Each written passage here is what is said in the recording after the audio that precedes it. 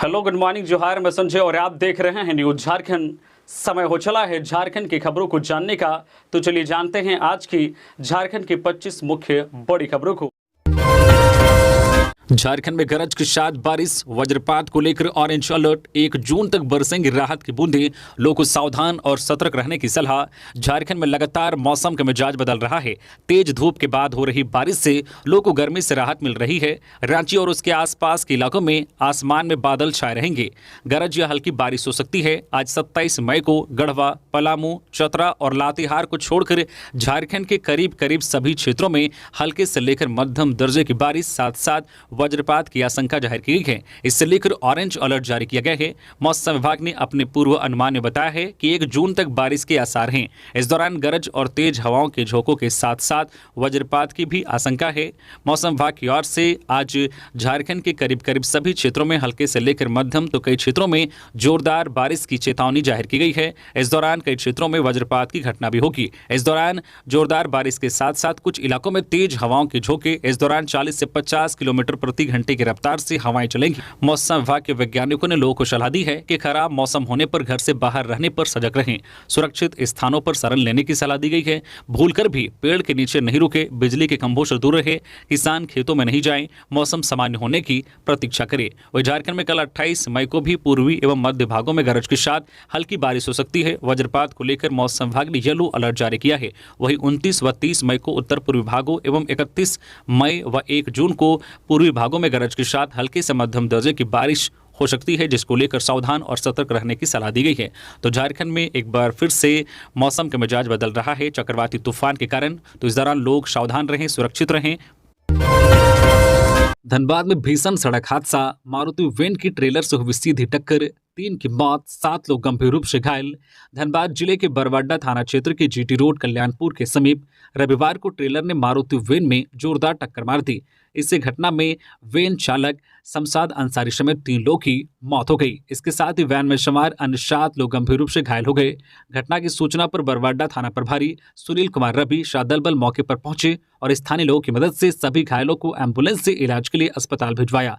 मृतकों में लोधना तिलाईबनी बस्ती के महेश्वर महतो, राजेंद्र महतो और मारुति ड्राइवर बरारी निवासी मोहम्मद शमशाद अंसारी शामिल हैं। बरवाडा थाना प्रभारी सुनील कुमार रवि ने स्थानीय लोगों की मदद से कड़ी मशक्कत के बाद चालक सीट में फंसे ड्राइवर शमशाद अंसारी को बाहर निकालकर पोस्टमार्टम के लिए SNMMCH धनबाद भिजवाया। सड़क हादसे के बाद भाग रहा ट्रेलर चालक गोविंदपुर के समीप पुलिस को देखकर ट्रेलर छोड़कर भाग निकला। प्राप्त जानकारी के अनुसार मारुति वैन सवार झरिया तिलावनी निवासी महेश्वर महतो अपने छोटे पुत्र नंदकिशोर महतो की शादी तय करने के लिए अपने सगे संबंधियों के साथ राजगंज थाना क्षेत्र के डोमनपुर निवासी हारू महतो के घर जा रहे थे। इसी दौरान कल्याणपुर के समीप ट्रेलर मारुति वैन को जोरदार टक्कर मारते हुए लगभग 200 से 250 फीट रगड़ते हुए आगे तक ले गया। घटना में Maruti driver Shamshad Ansari steering seat पर बुरी तरह से दब गया था, जिससे उसकी मौके पर ही मौत हो गई थी।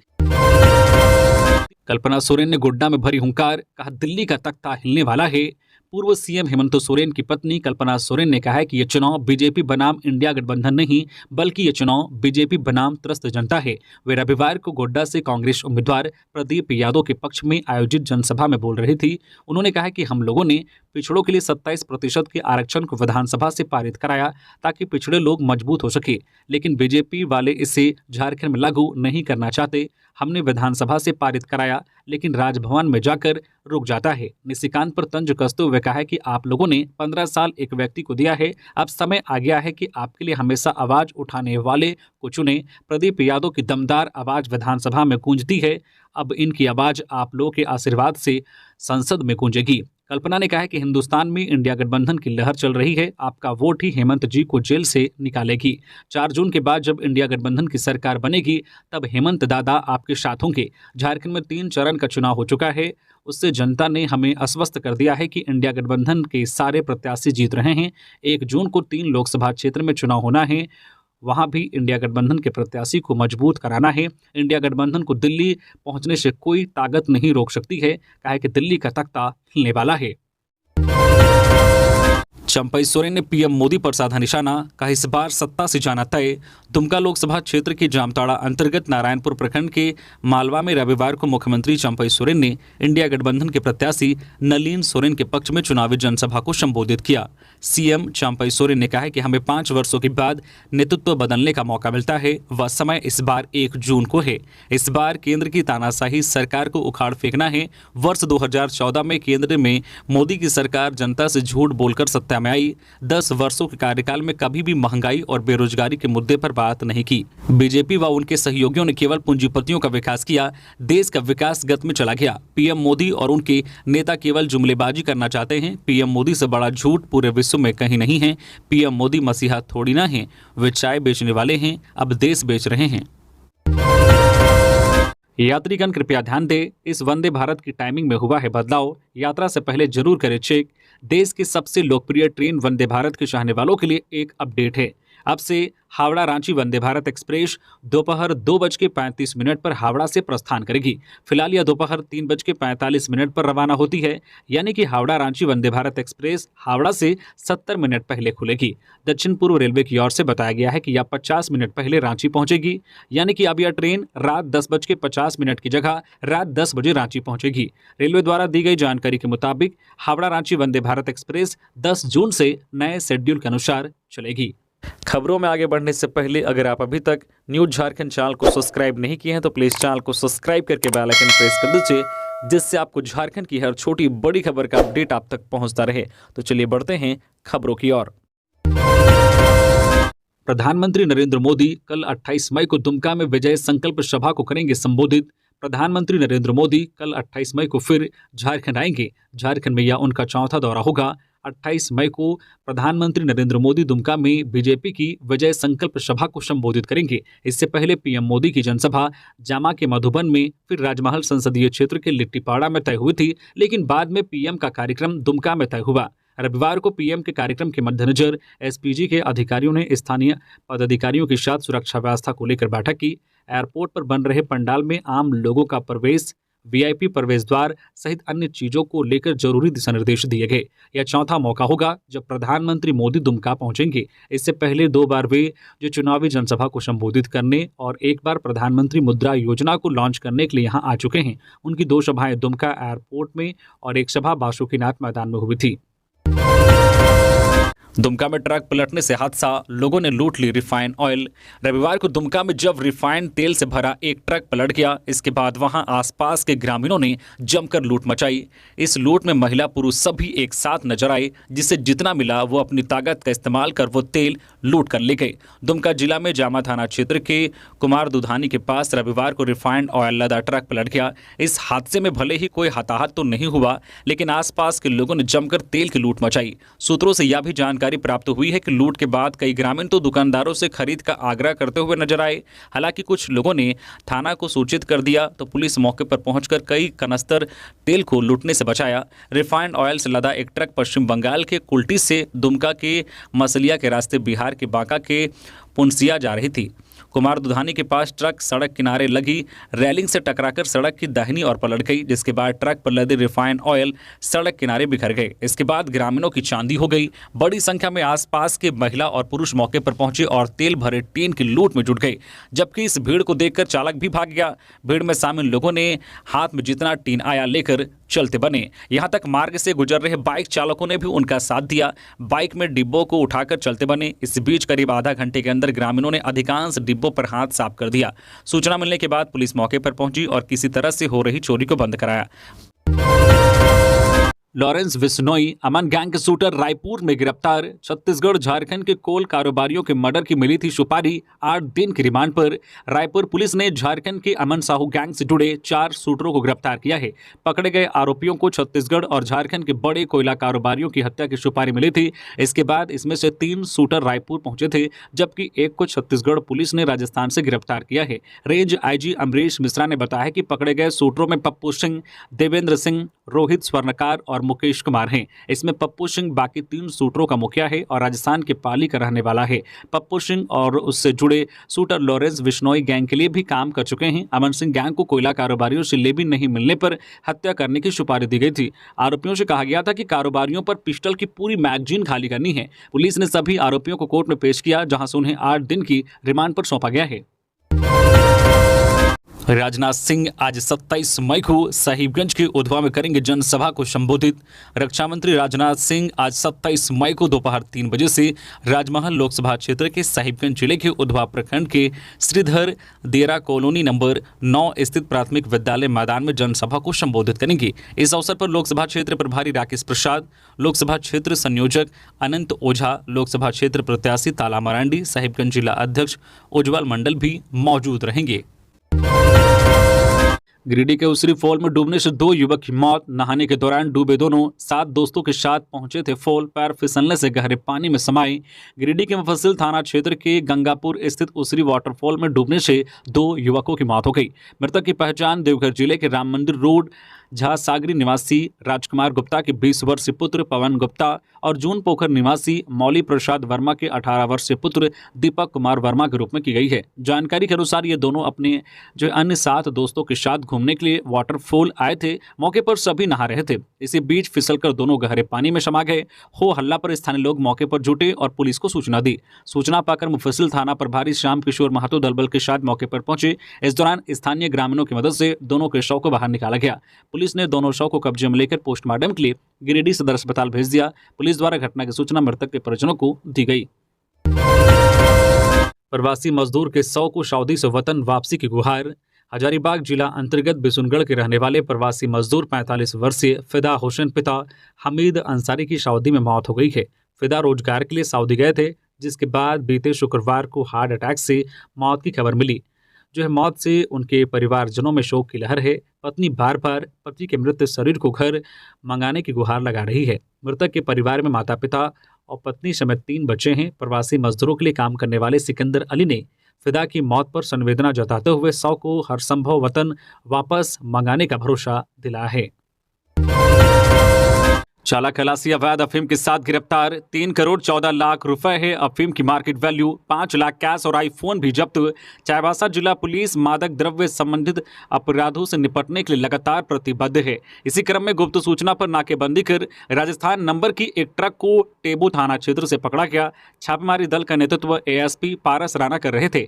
चेकिंग के क्रम में टाटा कंपनी का ट्रक की तलाशी के दौरान गाड़ी के बाहरी व ऊपरी भाग में 3216 खाली जूट का बोरा तथा 415 टीन का खाली डब्बा मिला, जिसके नीचे छिपाकर 135 प्लास्टिक के बोरे में 2096 किलोग्राम अफीम डोडा बरामद किया गया, जिसकी कीमत लगभग 3 करोड़ 14 लाख रुपए लगाया गया है। जानकारी के मुताबिक इसे ओडिशा, छत्तीसगढ़ से मध्य प्रदेश होते हुए राजस्थान तक ले जाने की योजना थी। तलाशी के क्रम में ट्रक से 5 लाख रुपए भी बरामद हुआ है। इस संबंध में टेबो थाना में मामला दर्ज की गई है। इस घटना में संलिप्त अन्य अपराधियों के खिलाफ छापेमारी की जा रही है। कांग्रेस अपने विपक्ष की वर्तमान स्थिति को संभाल ले, यही गनीमत है। सुदेश महतो रविवार को जामताड़ा यज्ञ मैदान में आजसू द्वारा आयोजित विधानसभा स्तरीय ग्राम प्रमुख सम्मेलन में पार्टी सुप्रीमो सुदेश महतो ने कहा कि कांग्रेस अपने विपक्ष की वर्तमान स्थिति को संभाल ले, यही गनीमत है। कहा कि दुनिया भर में भारत की प्रतिष्ठा को नया मुकाम देने वाले, देश की सुरक्षा व्यवस्था को चाक चौबंद बनाने वाले, महिलाओं और गरीबों को नई नई योजनाएं देकर आर्थिक रूप से उन्नत करने वाले नरेंद्र मोदी का विपक्ष के पास कोई विकल्प नहीं है। उन्होंने कहा कि कांग्रेस अपनी विपक्ष की वर्तमान स्थिति को संभाल ले, यही गनीमत है। उन्होंने आम जनता से अपील की है कि अयोध्या में मोदी से जैसे राम मिले, इस तरह हम दुमका से सीता को भेजकर मोदी का हाथ मजबूत करने का काम करेंगे। उन्होंने कार्यकर्ताओं को एक बेहतर सहयोगी के रूप में काम करने का निर्देश दिया।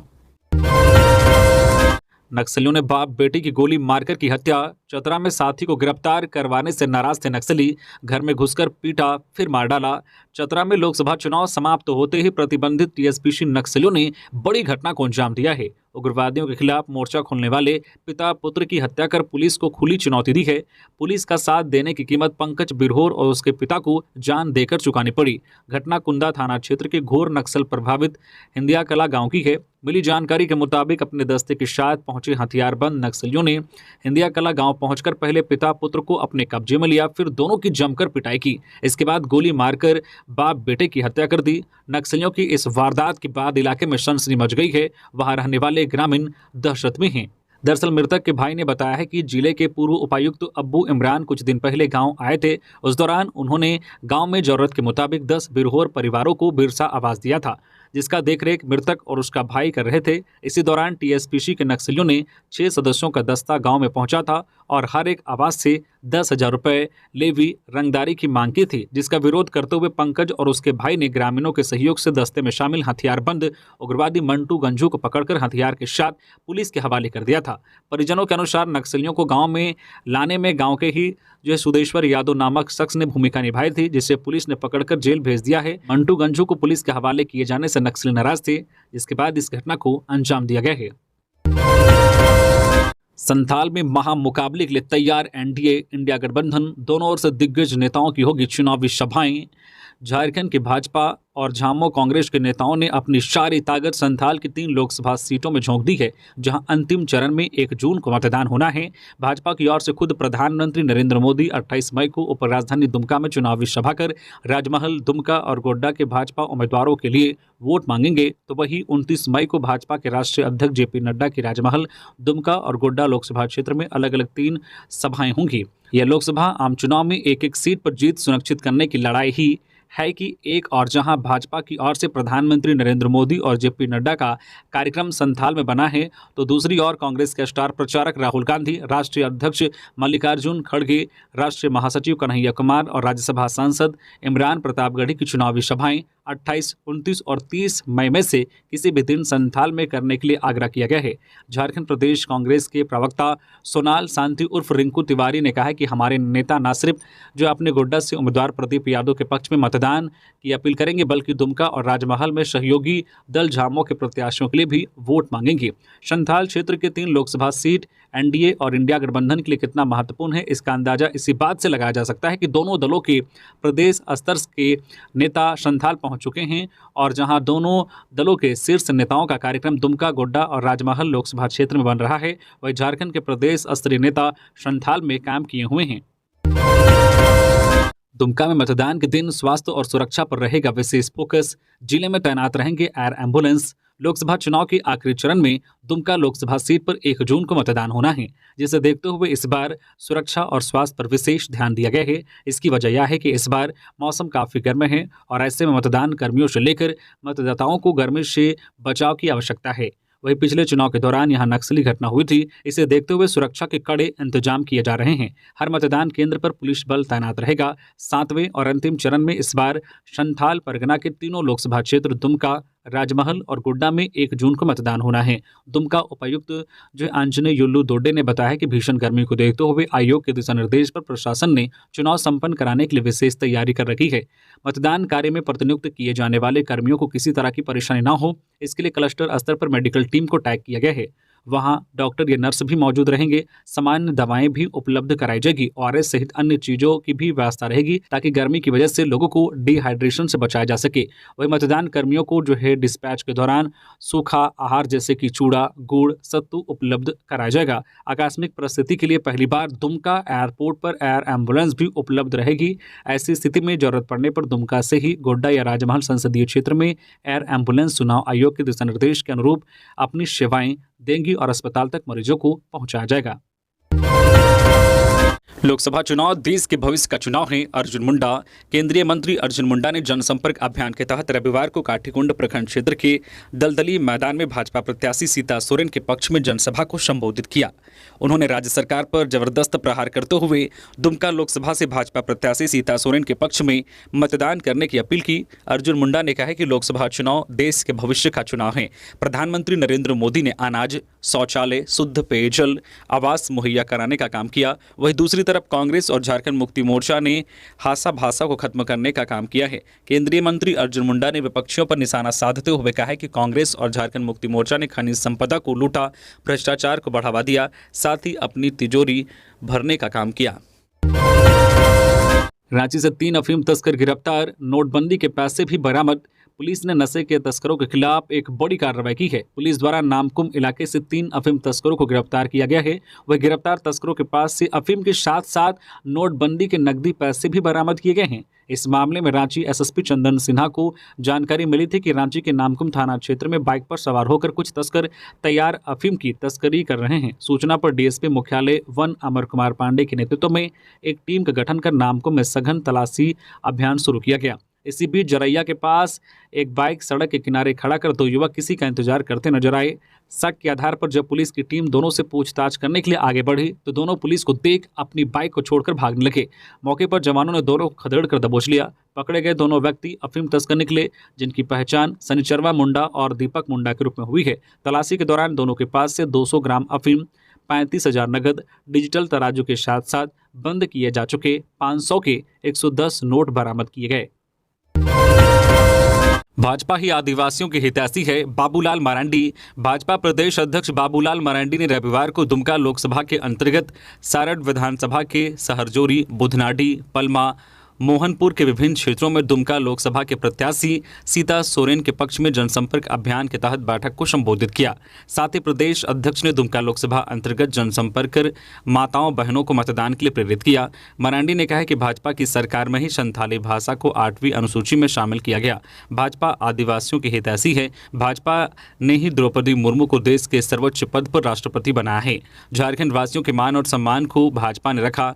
अटल बिहारी वाजपेयी ने अलग झारखंड राज्य बनाया। उन्होंने कांग्रेस को अड़े हाथों लेते हुए कहा है कि वह कई दशकों तक देश के शासन में रही। वह चाहती तो अलग झारखंड राज्य बना सकती थी, लेकिन ऐसा कांग्रेस नहीं किया। इसलिए कहता हूं कि ये लोग झारखंड के विरोधी हैं। झारखंड मुक्ति मोर्चा उन्हीं लोगों के साथ रहती है। रांची में बर्ड फ्लू से निपटने के लिए रिम्स ने की तैयारी। बर्ड फ्लू की राजधानी में पुष्टि होने के बाद स्वास्थ्य विभाग अलर्ट मोड पर है। इससे निपटने के लिए रिम्स ने तैयारी कर ली है। हॉस्पिटल में सभी निवारक उपायों के अलावा पर्याप्त संख्या में एंटीवायरल दवाएं भी तैयार रखी गई है। इस संबंध में रिम्स निदेशक प्रोफेसर डॉक्टर राजकुमार ने स्पष्ट निर्देश दिया है कि अपनी ओर से तैयारी रखें। बर्ड फ्लू के किसी भी संदिग्ध मामले को कंट्रोल करने के लिए आइसोलेशन वार्ड बिस्तर चिन्हित किए गए हैं। साथ ही माइक्रोबायोलॉजी विभाग में जांच की समुचित व्यवस्था की गई है। मेडिकल सुपरिटेंडेंट डॉक्टर हिरेंद्र बिरवा ने मेडिसिन, पीडियाट्रिक वार्ड और माइक्रोबायोलॉजी विभाग के प्रभारी को इस संदर्भ में पूरी तैयारी करने के निर्देश दिए हैं, जिससे किसी भी आपात स्थिति से निपटा जा सके। जेल का ताला मामूली है जो हर दिन टूटता रहेगा। दिशोम गुरु की बड़ी बहू सीता सोरेन का वीडियो हो रहा वायरल। झारखंड की उपराजधानी दुमका संसदीय सीट से भाजपा प्रत्याशी सीता सोरेन का वीडियो इन दिनों काफी वायरल हो रहा है। सीता सोरेन ने मार्च महीने में झारखंड मुक्ति मोर्चा छोड़कर भाजपा का दामन थामा था। वह दिशोम गुरु शिबू सोरेन की बड़ी बहू है। उन्होंने वीडियो में कहा है कि जेल का ताला कोई मामूली ताला है क्या जो हर दिन टूटता रहेगा। उन्होंने कहा है कि इंडिया गठबंधन वाले प्रधानमंत्री नरेंद्र मोदी के खिलाफ जहर उगल रहे हैं कि भाजपा की सरकार बनी तो संविधान को बदला जाएगा। ऐसा कुछ नहीं है। किसने सुना, कब सुना? ऐसे भ्रष्टाचारियों को सबक सिखाएं। गिरिडीह नगर निगम के टोल कर्मियों की गुंडई, रेट से अधिक पैसा मांगने का विरोध करने पर चालक खलासी को मारपीट कर किया घायल।